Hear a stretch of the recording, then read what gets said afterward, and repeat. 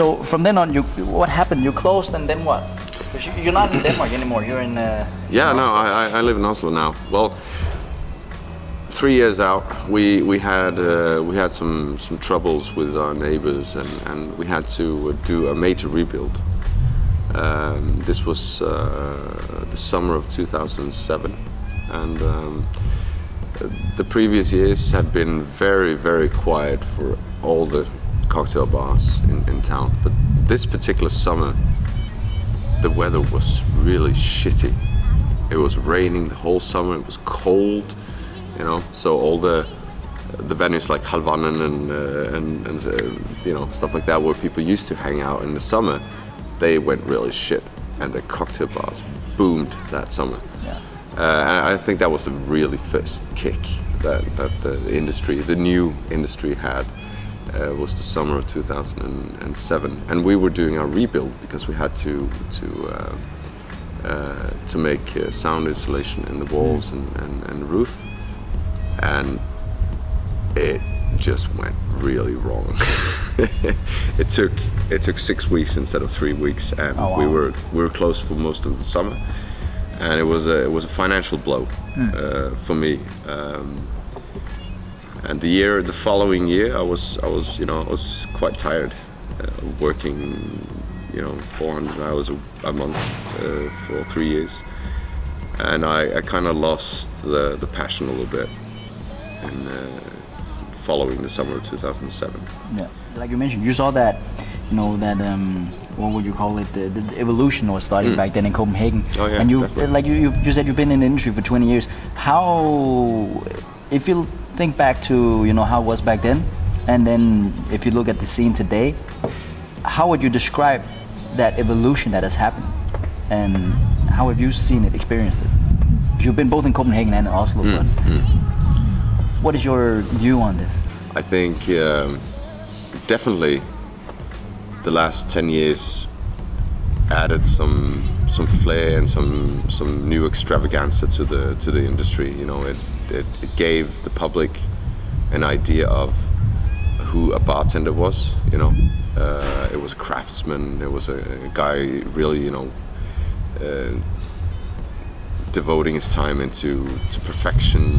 Because today it's an accepted, career choice to be. And it wasn't back in the days, When I started in this industry, probably 90% of every employee was part-time. They were students, and the last 10%, well, they were kind of lost in it, And I think especially the revolution that came in Copenhagen and followed in Stockholm a few years later, it made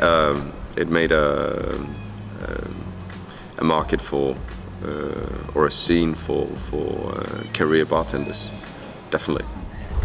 What do you think caused this whole change? Some people call it the renaissance of the cocktail. Where did that come from?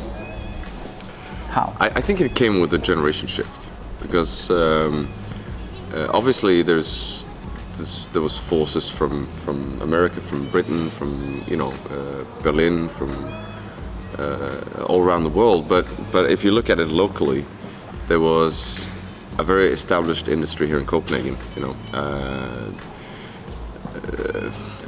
Few owners had several bars and clubs and stuff like that, and we were, all of us, we were in our 20s. We were young, and we didn't buy into the shit. We didn't buy into cheap beers and cheap shots for 100 kroners or whatever.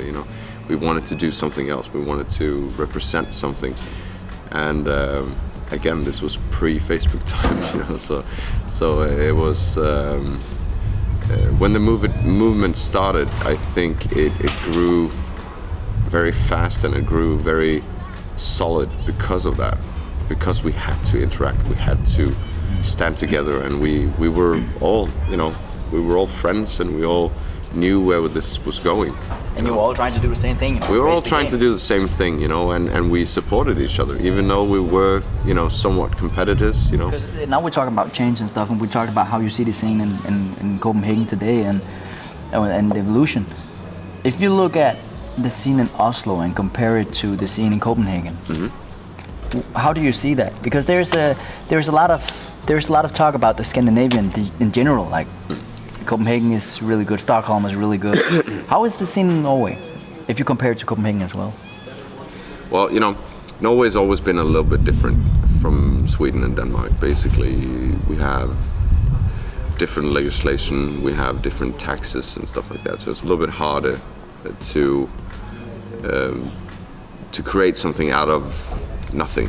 You need some capital behind you to do something in Norway.